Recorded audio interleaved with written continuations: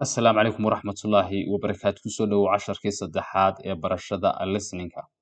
haddii aanad hore ula socon, waxaa jiray 2 cashar oo hore oo aynu ka diyaarinay listeninka. casharkana waa casharkii saddexaad, waxaanaynu kusoo qaadan doonaa topiga loo yaqaan at school. kusoo dhowow casharkeena maanta. At school. School teachers have a very special, important job. They get children ready for adult life. School teachers help very young children to read and write, and to do art and simple mathematics. They also teach older children subjects like geography, history, science, and languages. Many other people help in schools. Classroom assistants give more help to children who need it, for example, children who are disabled. In some schools, cooks make snacks and lunch for children and their teachers.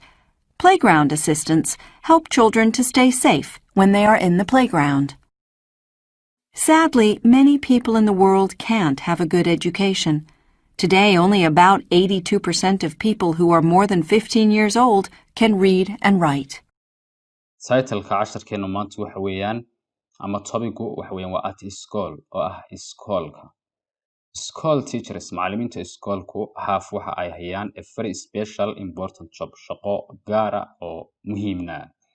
They get children ready, waxa ay carruurta u diyaariyaan for adult life, nolosha waayeelnimada, ama nolosha ku noolaan lahaayeen marka ay dad waaweyn noqdaan.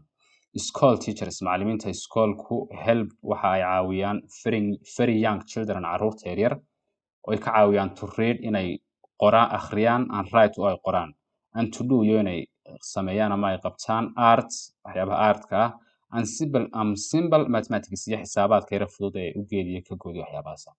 They also teach, waxay sidoo kale baraan older children, carruurta yar waaweyn ee waxoogaa ka waaweyn kuwa hore, subjects, maadooyinka like sida geography, juqraafiga, historyga ama taariikhda, science oo ah science-kii, and languages iyo luqadihii.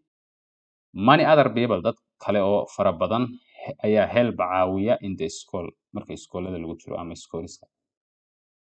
Classroom assistants baa jira, inkastoo dhulkeena jirin, waxa weeyaan waa dad caawiya inta classka lagu jiro qofkii caawimo u baahan. Marka classroom assistants kuwa caawiya dadka class ku jira, give waxay siiyaan more help, caawimo fara badan, to children, carruurta who need it, u baahan caawimada.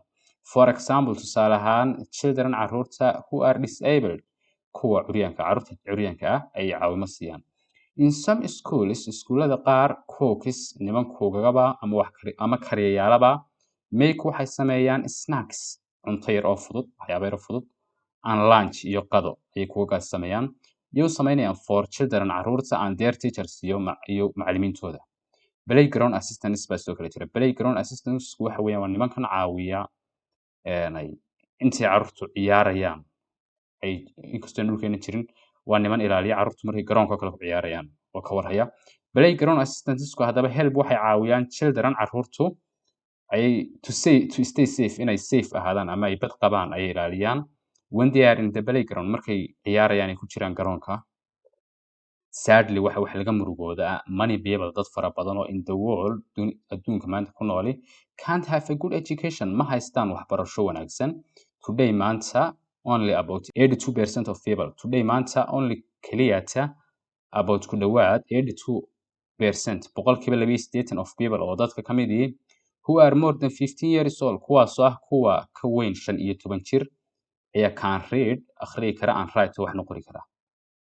School teachers have a very special, important job. They get children ready for adult life. School teachers help very young children to read and write, and to do art and simple mathematics. They also teach older children subjects like geography, history, science, and languages. Many other people help in schools. Classroom assistants give more help to children who need it, for example, children who are disabled. In some schools, cooks make snacks and lunch for children and their teachers. Playground assistants help children to stay safe when they are in the playground. Sadly, many people in the world can't have a good education. Today, only about 82% of people who are more than 15 years old can read and write.